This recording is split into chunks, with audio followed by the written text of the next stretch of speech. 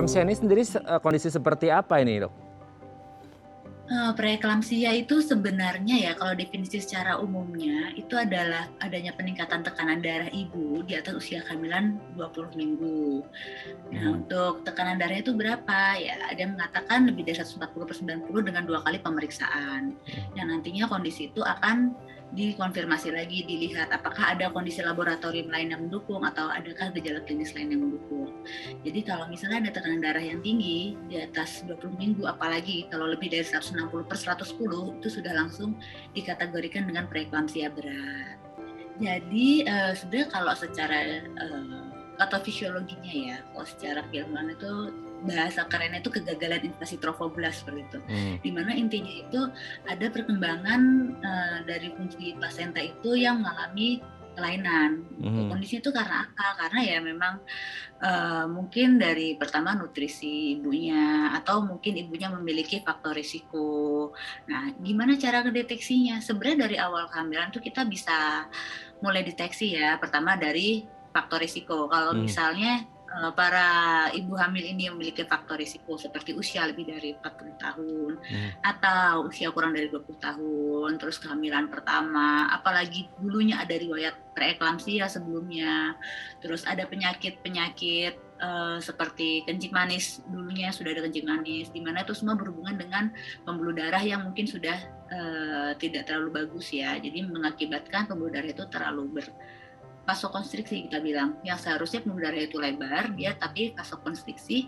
Hal tersebut membuat jadi si plasentanya pun juga jadi kurang bagus. Selain itu kehamilan yang multiple, hamil kembar itu juga lebih berisiko untuk terjadi preeklamsia. Oke, nah ini kan dari satu penyakit yang akhirnya berpengaruh pada preeklamsia. Nah kalau dari preeklamsianya sendiri, Dok, ketika mungkin tidak tertangani dengan baik, bahkan banyak ibu tidak sadar, kan tadi dokter menyebut juga nggak sadar tiba-tiba mereka mengalami preeklamsia, ada komplikasi yang mungkin bisa saja terjadi nggak sih, Dok, dan akhirnya berdampak pada entah itu kesehatan si janin ataupun ibu hamilnya sendiri gitu?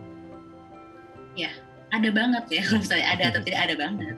Jadi itu untuk kondisi preeklamsia itu sendiri kan, jadi pembuluh darahnya itu kan juga jadi nggak bagus ya.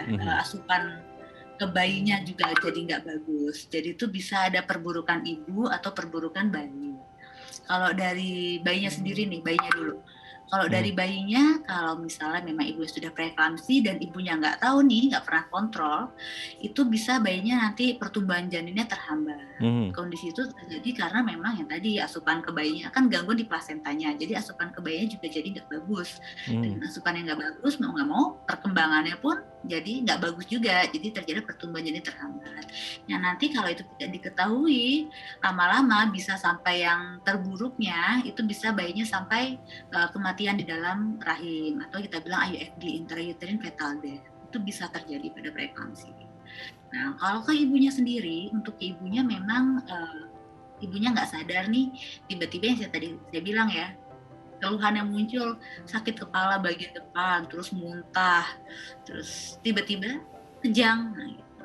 Pas ditensi ternyata ke 170, ke 110 atau 120 gitu. Jadinya kalau ke bayinya bisa sampai yang terburuknya meninggal, kalau yang ke ibunya bisa sampai kejang. Kalau kejang nanti ujung-ujungnya ya bisa bayinya buruk, ibunya juga buruk, sampai ujung kematian pun bisa.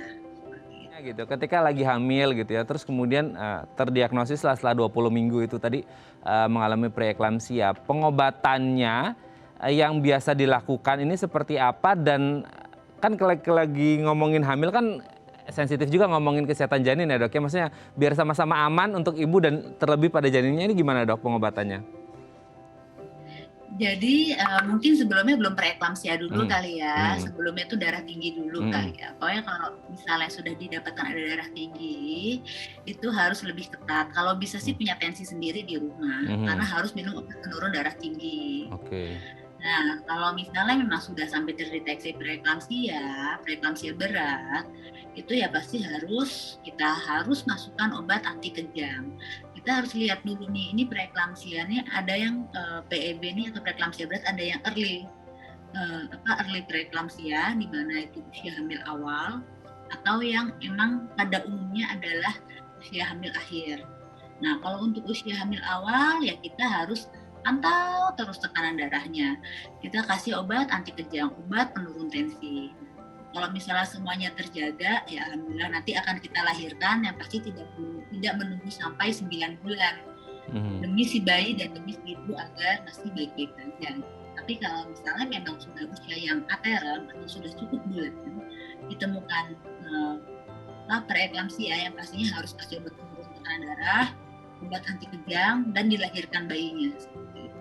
Jadi harus kuncinya adalah kontrol tekanan darah dan rutin kontrol.